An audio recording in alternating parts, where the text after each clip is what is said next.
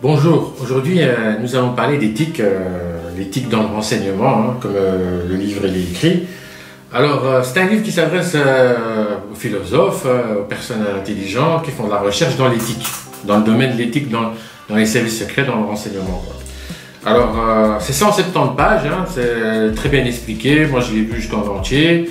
Mais bon, comme je vous ai dit, ça demande réflexion et intelligence, hein, parce que bon, il faut vraiment maîtriser le domaine depuis des années. Moi, je ne le maîtrise pas, je le lis comme un utilisateur, comme un citoyen, bon. Je le lis comme ça, le livre. Mais pour parler concrètement, qu'est-ce que l'éthique? Eh bien, l'éthique, c'est des valeurs qu'un service de renseignement doit adopter.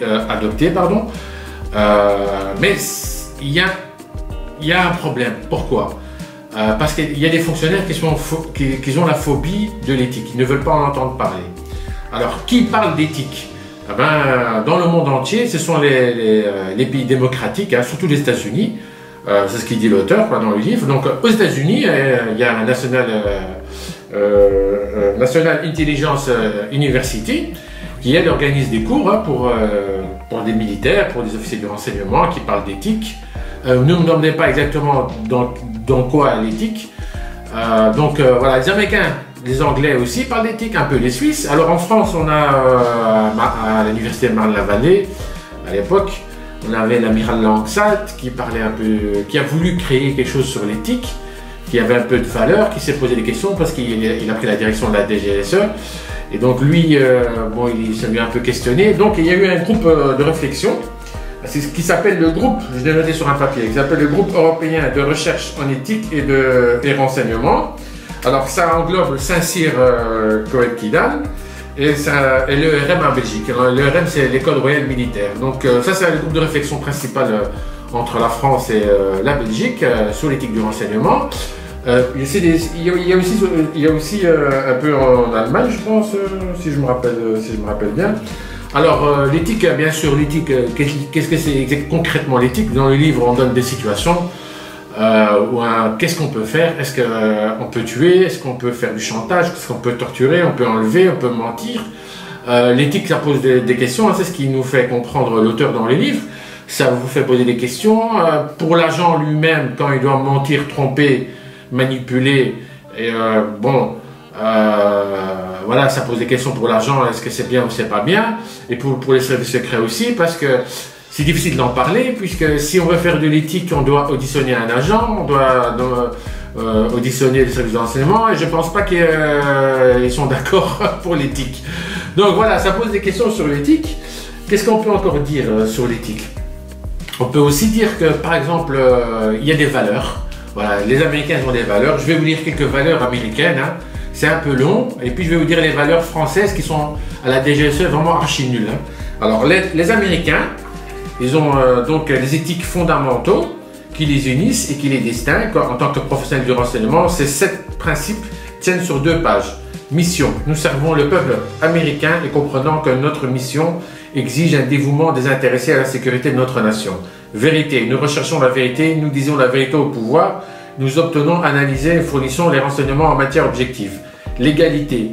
Nous soutenons et défendons la Constitution et nous conformons aux lois des États-Unis en veillant à accomplir notre mission dans le respect de la règle de la vie privée, des libertés civiles et des droits de l'homme. Intégrité. Nous faisons preuve d'intégrité de notre conduite, conscients que toutes nos actions, quelles que soient publiques ou non, doivent donner une image positive de la communauté de renseignement dans son ensemble. Gestion responsable. Nous sommes les gardiens responsables de la confiance du public.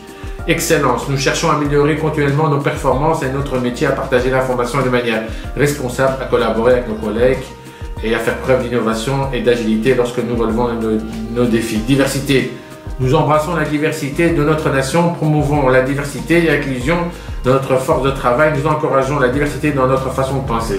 Alors, ces principes forment un code où tous les membres de la communauté de renseignement doivent adhérer, comme l'a rappelé la National Intelligence Strategy de 2019. Et donc, ils ont ils ont leur propre code, hein, un Ethnic Pocket Guide, d'une 50aine de pages, tandis que la NSA n'a qu'une seule page de valeurs essentielles et celle de la direction des opérations de la CIA tiennent sur un format de carte de crédit. Alors en France, on a le LEDA, pour L pour loyauté, E pour exigence, discrétion, adaptabilité. Alors, ces notions sont données à titre explication, sont données lieu à une explication de texte détaillé. Il est difficile de savoir comment on pratique la langue et comment on les applique, quoi. Voilà, donc c'est un peu du bidon, quoi. Alors le BND privilégie les incitations positives par rapport aux incitations négatives, le chantage, les trappes. Alors, le problème de l'éthique, c'est quoi le problème? Si vous appliquez l'éthique dans un service de renseignement, ça implique beaucoup de choses pour un pays, pour une démocratie, parce qu'en face, vous avez des ennemis, les dictateurs, les pays voyous. Voilà, vous avez des ennemis dans tous les domaines, en économie, dans le domaine militaire. Donc, si vous publiez sur l'éthique, sur des valeurs du pays, comme la DGSE ou la CIA, eh ben, en face, dans les dictatures au Moyen-Orient, l'Égypte par exemple, l'Algérie, la Tunisie, les Émirats Arabes Unis, eux n'ont pas d'éthique. Eh ben, ils vont pouvoir exploiter cette éthique et ça va pouvoir se retourner contre vous. Donc vous voyez, c'est un peu dangereux d'avoir des éthiques. Mais concrètement, qu'est-ce qu'on voit? On ne voit pas toujours de l'éthique.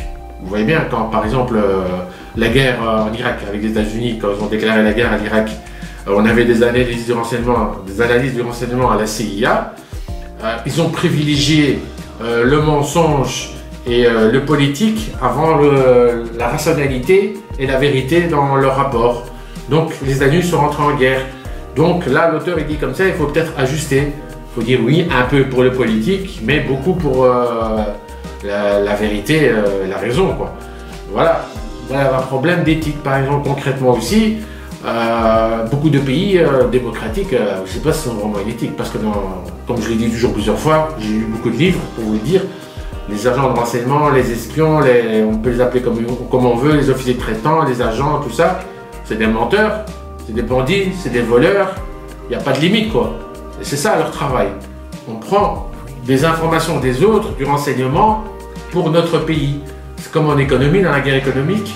On crée le chômage dans les pays voisins pour développer de l'emploi et pour gagner des ressources financières pour être un pays puissant économiquement pour pouvoir se développer.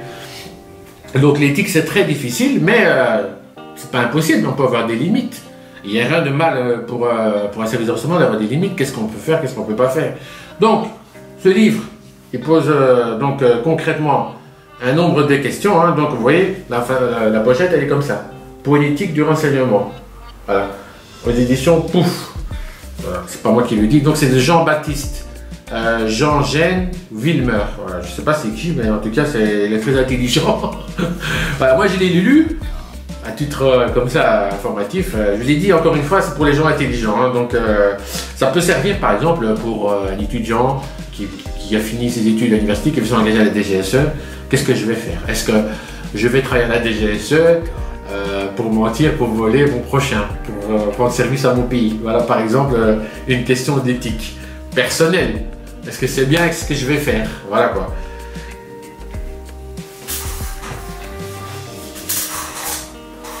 Alors dans le livre aussi on trouve des situations données sur l'éthique, hein. Comme par exemple, j'ai écrit sur mon bout de papier, premier degré, on a différents degrés de niveau hein, selon l'éthique. On a le premier degré, la manipulation et la tromperie. Deuxième degré, on a la corruption, la compromission, le chantage. Et troisième degré, c'est